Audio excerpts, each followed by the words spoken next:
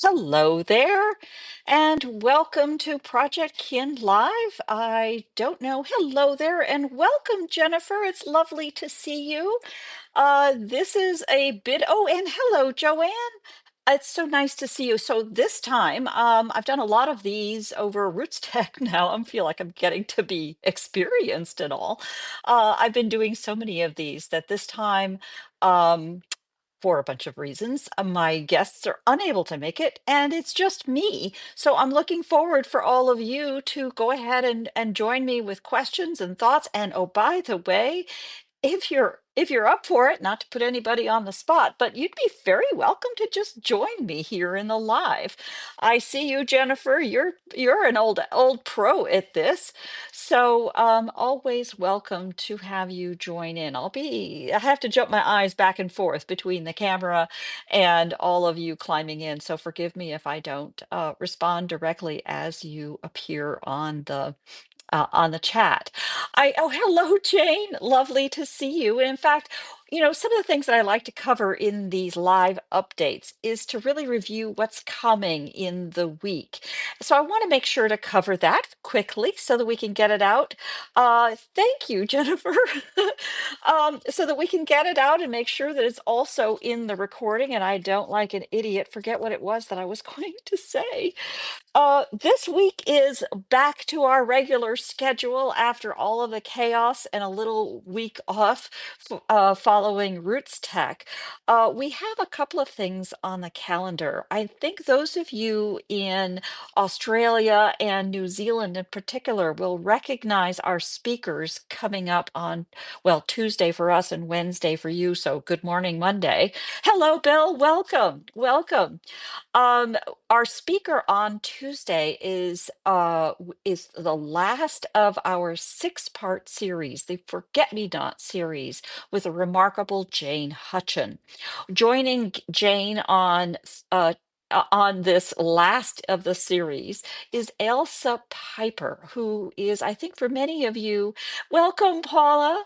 I think for many of you in Australia, New Zealand will recognize her as a stage and screen actress who has done a great deal of writing. Most recently, is a book really talking about her experiences of loss in such a way that I thought sounded remarkably uplifting and lively. She will be speaking in the program together with Jane Hutchin, as I said, in her new book, For Life, which sounded just so lovely.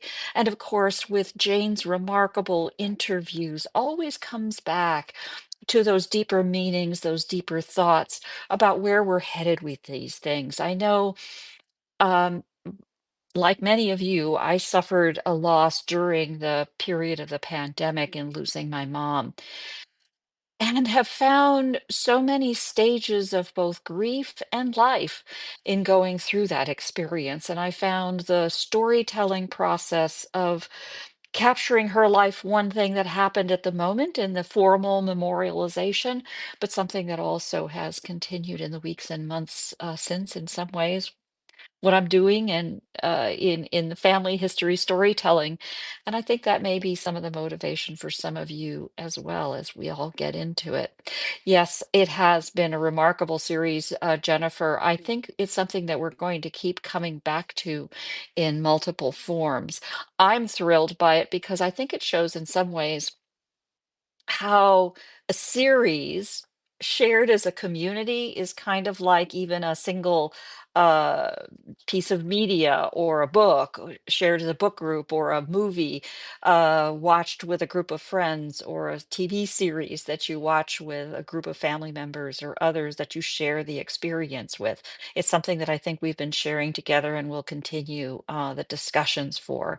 As you know, I'm always interested in constantly changing and learning from how we are telling these stories and paying attention to what we're doing as we're doing it.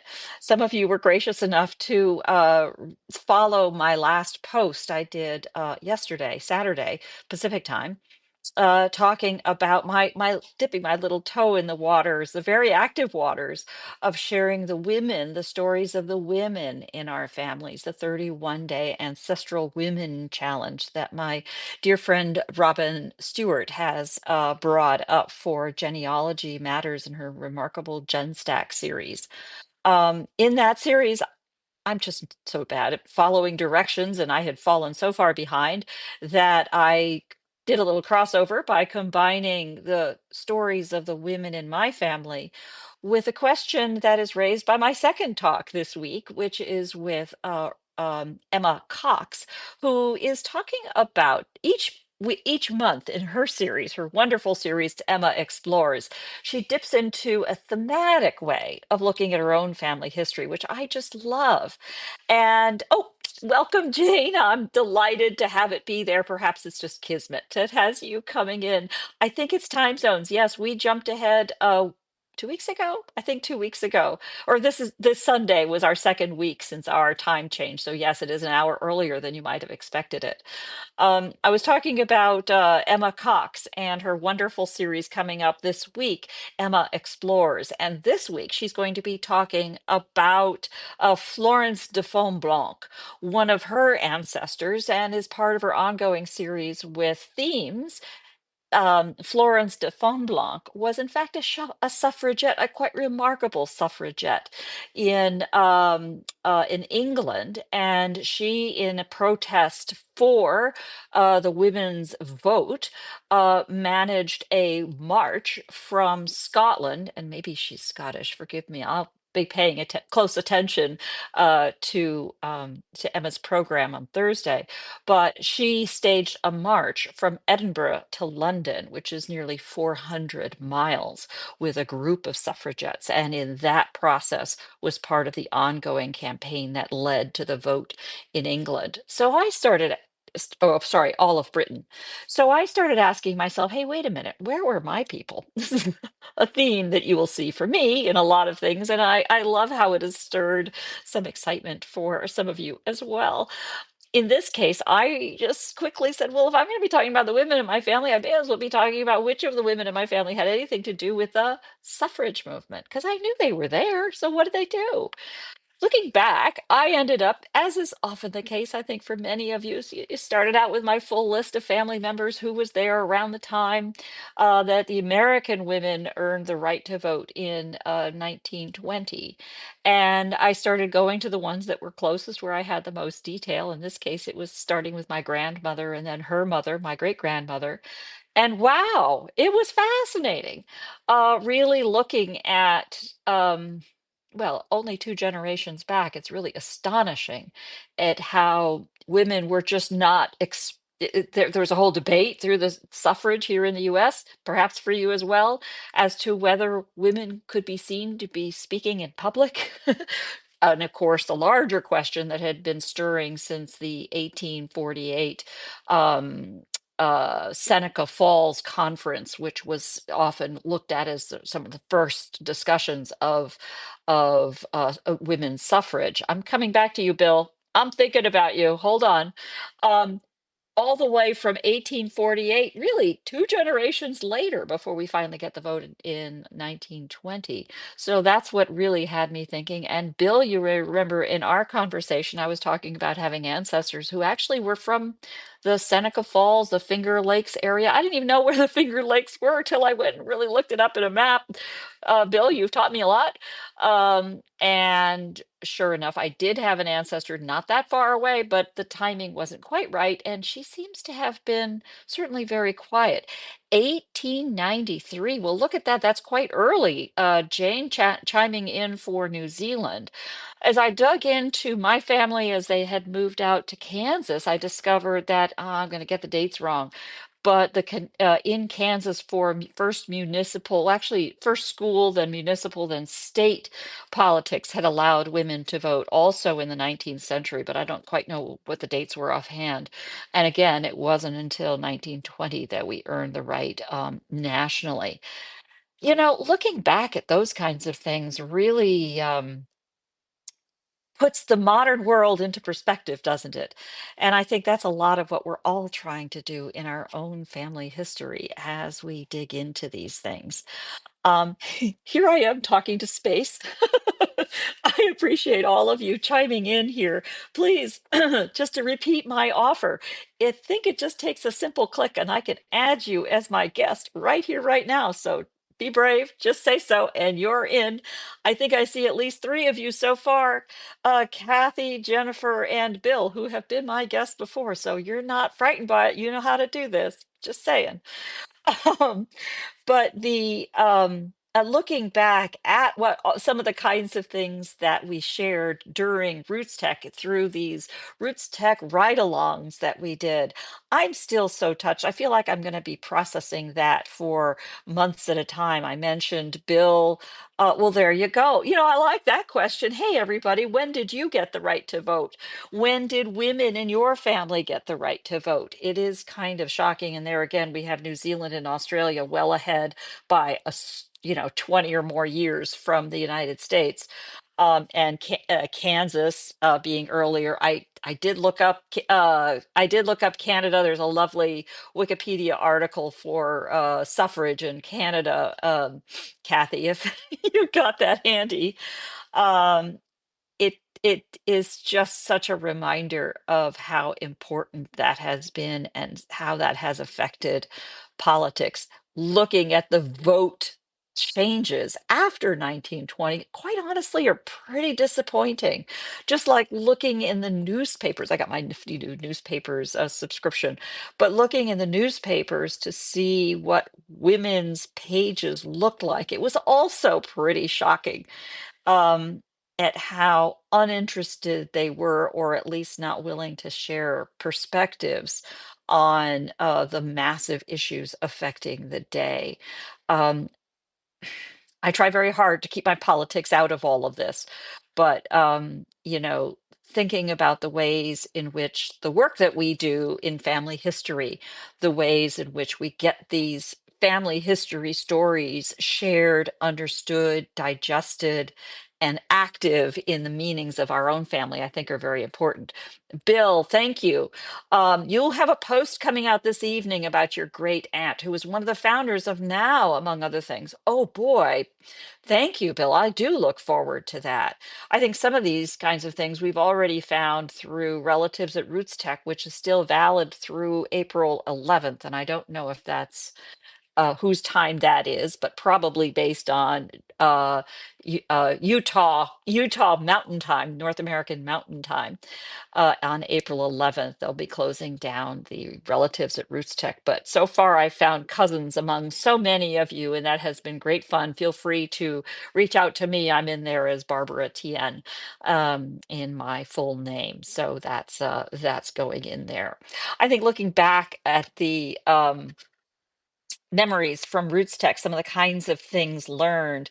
We've had a lot of conversations about some of the kinds of things relating to AI, which was certainly a headline coming out of the show, and so many of the talks, which of course are still there and will be through at least the year, if not up to 3 years, as they had said they would. But I came out certainly impressed with new tips and techniques for new tools that can make things cheaper, better, faster. Always a good thing. I personally use AI every single day in things like keeping my writing a little cleaner than it might otherwise be. I am a terrible writer, very sloppy, and I try to catch myself using Grammarly, which I have to confess has been a big life savings for me simply because I'm sloppy. And I'd like to think that the use of tools will allow me to get over my sloppiness and still adhere to what I believe to be the right things and the right way to go about stuff. So, by the way, I always, if you see some sloppiness in my writing or other kinds of things, worse would be to be sloppy about quoting when times are that affect people. Please let me know. I always deeply appreciate that, and I try to not only solve the immediate problem but understand where it was it came from and how to make sure I don't do it again. So those are always appreciated. But as I look at AI and the kinds of things, welcome, Sue. It's lovely to see you. As I look at some of the kinds of things I took away as big lessons from the AI business, I was struck by something that's been noodling for me for a long time. And it kind of relates to how I use tools and how that convenience that we have frankly had since the growth of these kinds of technology, electronic tools and toys, that I tend to try to circle back to an idea of creativity, and I never want convenience to crush creativity. Now, spelling and grammar are are about like math in the sense that there is a right answer. There is a right answer and a wrong answer. There are creative uses of it, and that belongs in places like poetry, where again, there is a right answer, there's a right way to do a haiku in English, and it has to do with using syllables and blah blah blah. It's a right way and a wrong way. But there are other things that, in my view, structure like grammar, spelling, but also the forms can apply a structure that can then encourage creativity. And I believe that we have stepped into a world where we have this blossoming of new technology forms and creating new media forms, including live, by the way, but recorded and audio, video, and conceivably at some future point, three-dimensional and everything else. Um, it needs to inspire our creativity. Don't just use them to automate and get done for you unless it's a task you really don't care about. And as I look at so many of the new tools coming out of, um, you know, and I can do this without naming names because I frankly just don't remember the names, but out of the exhibition at the expo hall, all these tools that are out there to make it possible for you to poof, take care of the problem of writing your family history. Well, frankly, if it's a problem for you to write down your family history, then handle it like the way I handle my check balances. I am in the US doing my annual tax exercise of going through all of the registers and whatnot. And you know what? I let the bank do that. And I take care of that convenience because when it comes to managing my bank accounts, I'm not really interested in a lot of creativity. I want the facts. I would rather be creative about how I use my money and putting it to good and whatnot. So I think as we look at our own storytelling efforts, it's important, in my view, to be separating the forms from uh from the layers of should. There are a lot of people that are all telling us about you should and you shouldn't, and you must do this and you must do that. I think that's all fine if it, particularly as it relates to adhering to a given form, but never, ever, ever let those woulds and shoulds of adhering to somebody else's forms tell you how you need to do what you want to do, unless what you want to do is the thing that fits that form. Does that make sense? I don't know. That's the kind of thing that just gets my, oh, thank you. I appreciate the little hearts.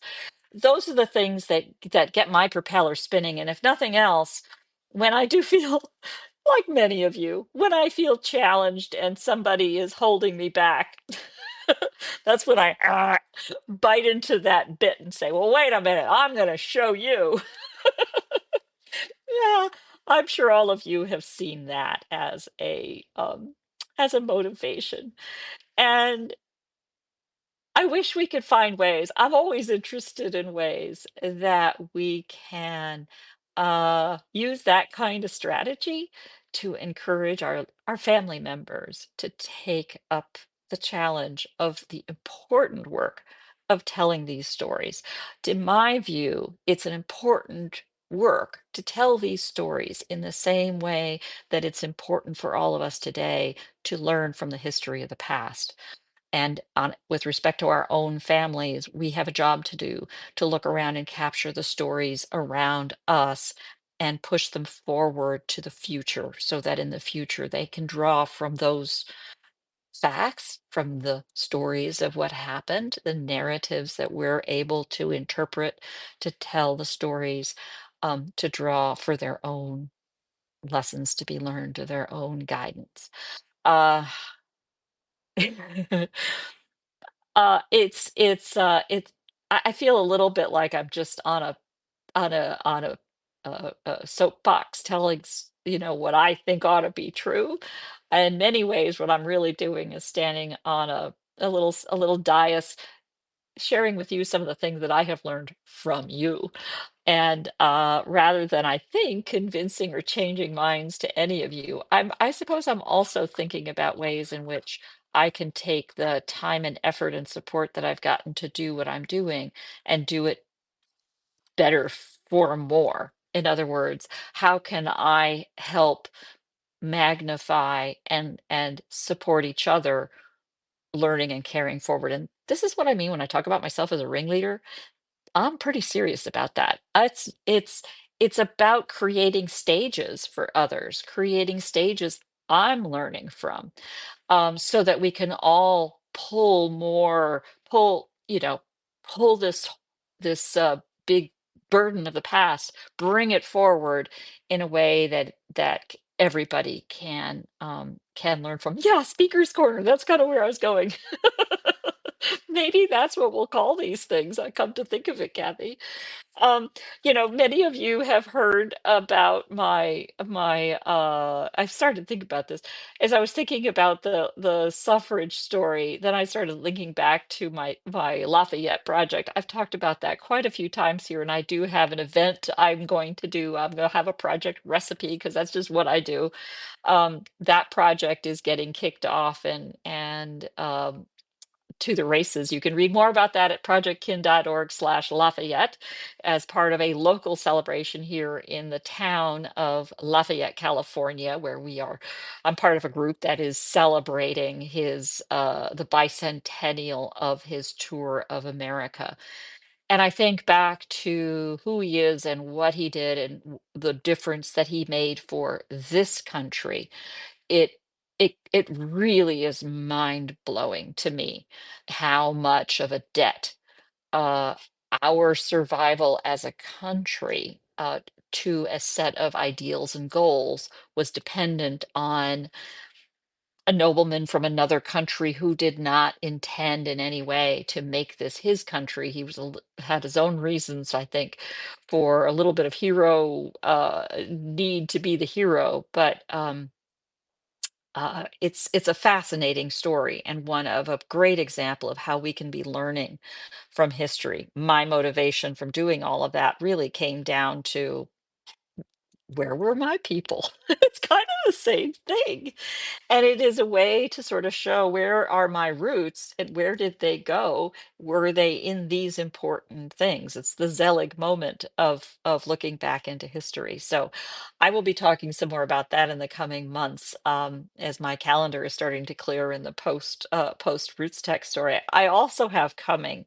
I've talked back in February, I think February 15th, I did a talk for the Northwest Indiana Genealogical Society, which I was intrigued by when they had a call for talks because I do have family that had roots in Indiana. I've never been there myself, but I started exploring Indiana itself. And if I was going to do a talk, I decided I would do a talk that picked up on a story of, you can't really see that that's Indiana, but trust me, it is. Um, then I explored how a cabinet card of someone who's pretty clearly not a family member got into my family collection and what that had to do with the state of Indiana. So my talk was a journey through what that was all about. They were gracious enough to record it and sweet enough to allow me to have the recording soon. I will get it and I will add it into the Project Kin materials, supporting it with other details about how that project came together and how it actually works. So that will be coming in the in the coming month or so. I'm waiting for their video. I am always open to thoughts about new kinds of projects. I am cooking on a couple of ideas for new series that we will add. And I am really very serious in welcoming your thoughts, as many of you who are already our speakers on a regular basis. I welcome one-off talks. I welcome multiple talks. We had a series with Jennifer, thank you, and Jane, thank you, in the audience today, about the push and pull of platforms. That was a talk first week of January or so.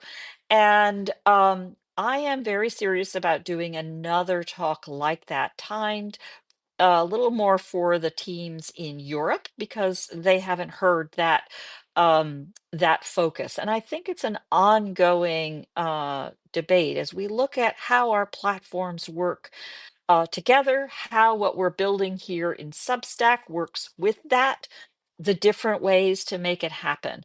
So that's another open topic that I want to keep coming back to, probably with an occasional series rather than something that is set in stone with a topic we just have to keep talking about. So why don't I use that to bring all of this to a close? I don't want to go on too long, and here I am talking to space. You're very welcome to join me for these, please. It'll keep me from talking about myself, to myself, in a stupid picture of myself, which is a little intimidating, but we'll get used to it. And we'll take it till the next week when we will have Kathy. That's you as my guest, isn't it? A week from Thursday, Kathy Stone will be joining me for Kathy's Corner. And as part of each of these premier talks each month, I try to have my guests come join me. Emma, of course, is my guest this week, but it is late in London, so she's in England, so she's going to she was kind enough to just say maybe not this week, but Kathy over in Calgary will be joining me at next Sunday's event. Again, thank you all for joining me, and same bat time, same bat channel. I do appreciate it. Keep those cards and letters coming. Keep the DMs and emails and any other form of communication always welcomed. Thank you. Hearts right back to you. Thank you now. Bye bye.